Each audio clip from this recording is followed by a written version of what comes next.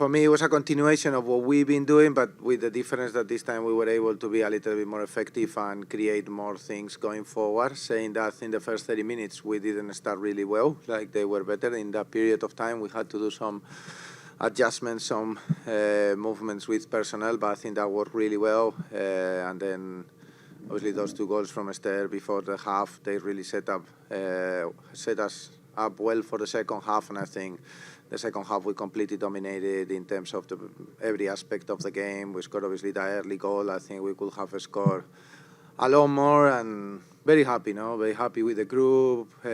We spoke before the game how they deserve a reward for all the work they put in, and they got it tonight. Obviously, it's been challenging after losing Tierna, and 2 days ago we lost both of Shelby and Ryan, so we had to sign Michelle. But then the team, we always say that we run a culture and a team of no excuses, so we have to make sure that we were ready for it, and the players were, and super proud. The first professional goal for Lily, and also the debut from Hazy, and a special day for them. The best of all these reasons is probably having Mitch pushed back in after 13 months. It's been really tough. So overall, a very positive day. Coach, sorry to do this to you in English. Yeah, it's good. It's good. I can do both, so it's good. Okay. So I'll speak in Spanish, you English? Yeah, I think English is good. Do English, so everyone please. can understand. We'll translate I the think Spanish questions. People might be thinking, What on earth is Esther's soccer IQ where the goalkeeper is rolling the ball out, she takes it away? Is this something that she may have picked up in film, or she just saw it right at that moment and pounced upon it? Well, when we play, because of the way we play, we always are obviously very aggressive on our press. I don't think that's a surprise to anyone by now. So we also target goalkeepers because we want to press as high as we can, and we are aware of that. But that's definitely down to herself. I think Esther, as you were asking, what's her soccer IQ? I think it's, I don't know how to grade it, but it's probably one of the highest in the planet, if not the highest. If you look at her physical attributes are not like other players in the league, where she's like the quickest player or the strongest player or the tallest player, but I'm sure her brain is one of the quickest, and the way she reads the game, the way she understands the work on the ball, the work off the ball, the movement in the box, I think she is amazing. And we saw that the other day as well with the national team, with Spain, that from here as well, it was a moment of pride, after coming back to it and scoring goals. But today, she's hungry for goals. I think today if you ask her, probably she's going to tell you that she's still upset that she didn't get a hat-trick. I think that's her mentality. So yeah, it's extremely high. I think the way she behaves on the pitch with the football IQ, but also the way she behaves off the pitch and how she is as a person and as a professional is really, really, I would say a role model for everyone, and also someone that helps us coaches to grow, So yeah, very, very, very, very happy with her. Theo? No.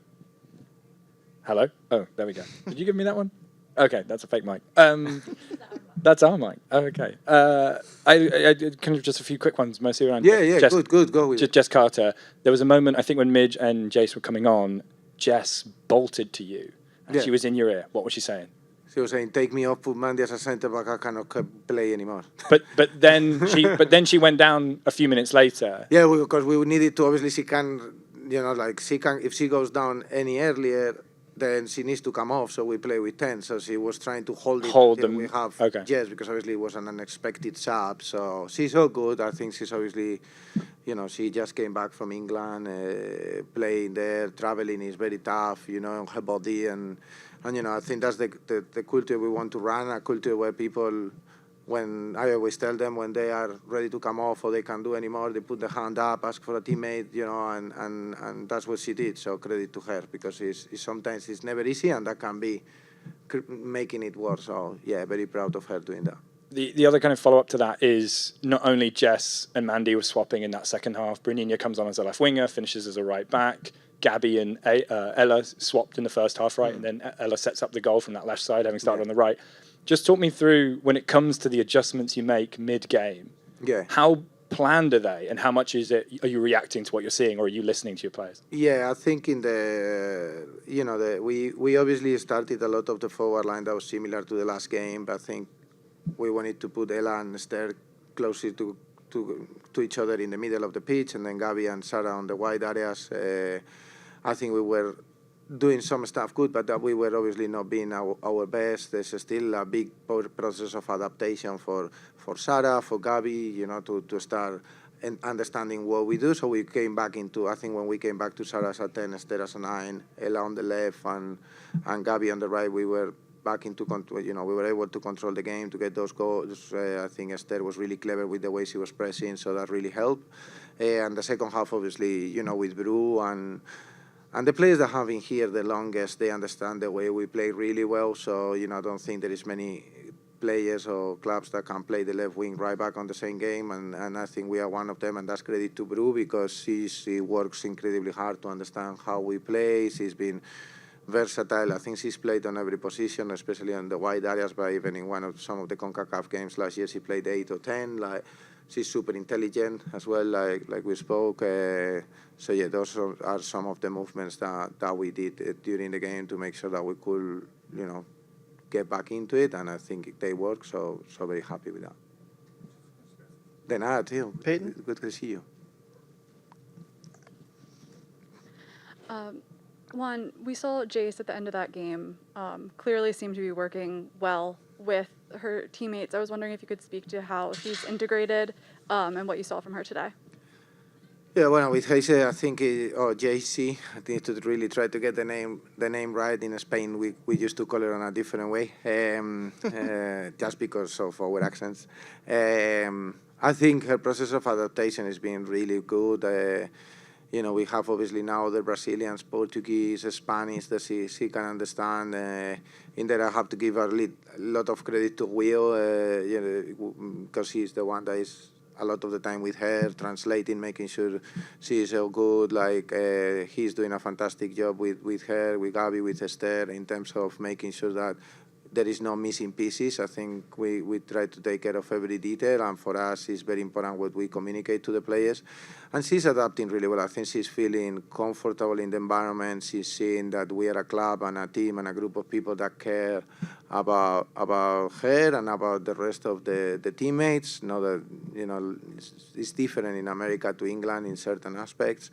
Probably closer culturally to Spain, where she probably was at her best in terms of the social side of things for players, for coaches, for how we are. And I think her process of adaptation is going really well, and you could see her hunger, to try to score, to work hard, to make things happen. I think she did some amazing details. I think she was the one kind of back-heeling it for Jess to almost score. She's showing that she's not selfish neither, so super, super happy with her, and I think she can be a very important player for the team. Quick follow-up, if I might. We've seen some players have a much longer adaptation period in coming into the NWSL from various leagues. She seemed very comfortable in those few minutes she was in. What do you think, or are you expecting her to kind of have a period before she kind of hits another level of comfort playing in this league, or is there anything specific that you see about her game that you think makes her have an easier time adapting to this style of play? Yeah, I think we can't forget, I think Hayes is one of the best players in the world. If you go back in the time 3 years ago, probably Hayes was one of the, I don't know if, correct me if I'm wrong, she was the most expensive player when United signed her from Barcelona. So unfortunately, I met her way before that when she was playing for Madrid CFF. We lost a game, I think it was 5-4, and she scored 4 of those goals, against us. So, I know her as a player, and she's physically strong. She knows how to score goals. She works hard off the ball. She got all the attributes that can be good to adapt to the league, but then when it's adapting to the league is one thing, and I think adapting to the team, this is actually a couple of the points that we speak when we are signing players, are the biggest challenges, and so we have a very clear process to try to speed those situations up. I think obviously she's a professional. It's not, this year we had a lot of younger players coming in. That is another adaptation to the pro world, but I think she's doing really well because she's got very special attributes as a player as well, and she's come with an open mind to do whatever she's asked, and I think that's working really well. Asa? Yep. I'm going to ask in English this time. Yeah, that's good. You told me that you're going away for 3 in CONCACAF. That means great opportunity for the team to mesh, but also a lot of risk for injury. How are you going to, prevent that from happening, given it's a tough, few weeks ahead of? Yeah, well, we work really closely with our medical team, high performance, manage loadings, making sure that for us the safety of the players goes first always. And trust me, there is a lot of detail and a lot of work and collaboration between all the departments to make sure that we do that the best way possible. Obviously, we're going first into this 3-game week, which is not only tough for being 3-game weeks, but that all the games are away, so that's even harder. And then in a month, I think from now, we're going to Mexico to play also in the semifinal, the final of the CONCACAF, which is fantastic. But I think this is also result of our success the last couple of years. I think we're the only team that plays the CONCACAF semi-final, final, hopefully, and then we are in the competition at the end of the year, which is adding a lot of games. But I think it's the same that in Europe. No, the better you are, the more consistent you are at the top, the more games you play, and the more chances you have to be a reference, and that's where we want to be as Gotham, and that's why we try to build a roster that can do those kind of efforts. So when you were asking me about the forwards, that's also part of why we do it. We need to have a lot of depth and people that is ready to understand that they're not going to play every minute of every game, because it's not doable, and because in this club what is the most important thing is the team. So, Thank you, Juan.